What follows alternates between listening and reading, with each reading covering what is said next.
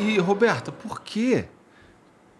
Por que é importante pra gente? Por que a gente investe tanto em estudar buraco negro? Essa pergunta, acho que assim, todo mundo em algum momento fez ela, pelo menos na cabeça fez ela. E, assim, eu acho que é a astronomia inteira, né? Porque você olha para algo que está distante, assim, milhões de anos-luz de distância, e você olha, o que isso vai impactar na nossa vida, né? E, bom, uma resposta que eu sempre falo é, assim, buracos negros... A gente não entende a gravidade. A gente não entende. Até hoje, a humanidade não sabe exatamente o que é a gravidade. Tem a ideia do Newton, né? Que é uma força. Aí veio Einstein mostrando que é a curvatura do espaço-tempo. Mas a gente, sim, não entende o que é o tempo, que é uma das distorções que causa a gravidade. A gente não sabe. E qual é o melhor lugar para nós entendermos melhor a gravidade do que num objeto que é feito de gravidade? Porque um buraco negro é isso. Ele é um objeto feito de gravidade. A gravidade criou aquilo ali, né? Ele é o colapso gravitacional. E então, e é sempre tem aquela ideia, agora talvez seja a próxima grande assim, avanço da física seja justamente entender a gravidade, que é a grande busca. Inclusive, para unificar a física, né? O problema é a gravidade, que a gente não consegue colocar a gravidade dentro da mecânica quântica. Então, as duas, a relatividade geral e a mecânica quântica não se conversam por causa do pedacinho da gravidade. Então, assim, alguma coisa está faltando para a gente compreender. E qual é o melhor lugar para a gente entender isso? São os buracos negros. Mas não só isso. A própria tecnologia por trás impacta as nossas vidas. Tá? A radioastronomia, por exemplo, que é a área que tirou a foto do buraco negro, né? Se a gente pode dizer que a foto é de alguma área dentro da astronomia, ela é responsável pela criação do Wi-Fi. Então, a gente usa o Wi-Fi hoje por causa da radioastronomia, porque teve gente lá na década de 60, 70, estudando observações em rádio, e aí perceberam que aquilo poderia ser usado para a gente compartilhar sinal, que é o que é usado nos celulares hoje em dia. Outro exemplo é o próprio GPS, que foi... Quando a gente falou, né, no começo que a Terra é muito imperceptível, né, a distorção que a Terra cria no espaço-tempo, mas quando você coloca satélites em órbita da Terra, né, aqueles satélites de GPS, depois de um dia, a diferença é tão gritante que o GPS não vai saber se você não está em São Paulo ou no meio do Pacífico. Então, você precisa corrigir isso relativisticamente para o GPS sempre acertar onde você está indo. Então, assim, tem várias contribuições assim, na tecnologia mesmo. O próprio James Webb Space Telescope, ele é dado como a coisa mais tecnológica já criada pela humanidade. Então, assim, que tem altas contribuições. Ah, sim, não. Nesse sentido, eu entendo que, até porque conversando já com o Sérgio algumas outras vezes, eu entendo que a tecnologia que é desenvolvida para a gente alcançar esses lugares, assim...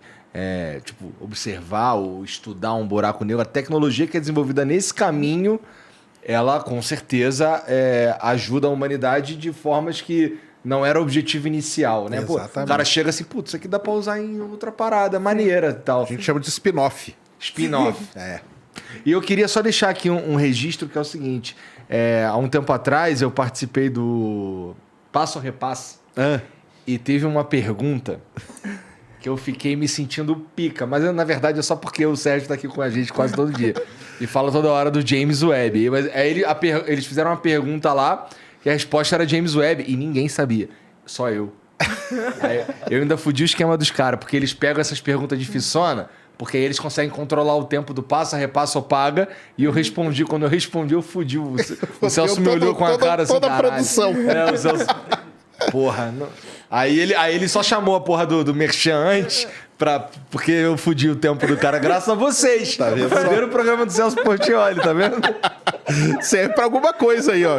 Já tem uma aplicação. Agora, se eles me perguntassem pra que a gente jogou o James Webb lá no espaço, aí eu não ia saber responder. Mas tem também. E outra coisa também, né? O buraco negro, pelas teorias aí que existem, né? Ele tem um papel fundamental aí para a vida da galáxia também. Sim. Sério? Então, uma das perguntas que até o James Webb pode ajudar a responder é: quem nasceu primeiro? Uma galáxia ou um buraco negro? Isso é uma grande questão. Será que o buraco negro ele ajuda a galáxia, né, a viver? Será que ele impede que formem mais estrelas da galáxia? Cara, o buraco ele tem uma ligação muito, né, íntima ali com a galáxia, porque ele está no meio dela. a maior parte das grandes galáxias que a gente observa tem buraco negro. A gente vê galáxias que estão muito, muito distantes, a bilhões de anos-luz, ou seja, bem perto do início do universo. E elas já têm buraco negro. Como que você explica isso? Porque o buraco negro, você precisa de um tempo para ele ir alimentando. O que quer dizer com bem perto do início do universo? O pessoal vê lá os quasars lá, né? O que? 10, 11 bilhões de anos-luz e tem buraco negro. Peraí, você está dizendo... É porque quando a gente consegue observar isso, esse troço já é velho pra caralho. Isso. Né? Sim. Entendi. O universo tem lá 13,7. Não é como se eu pudesse viajar até lá e lá ia estar perto do início do universo. Se você conseguisse viajar no tempo, mas você não vai conseguir, né? Sim. É que o universo tem 13,7 bilhões de anos. A gente observa alguma coisa que está a 11, ou seja, ela está só...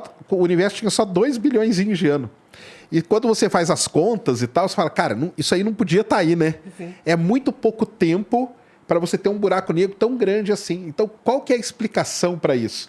Então, ele deve ter um papel fundamental no que a gente chama de evolução, de como que a galáxia evolui. Existe a chance da gente estar errado nessa conta? Porque assim, é uma conta meio grande pra caralho, né? Tipo, esse bagulho tá a 11 bilhões de anos-luz.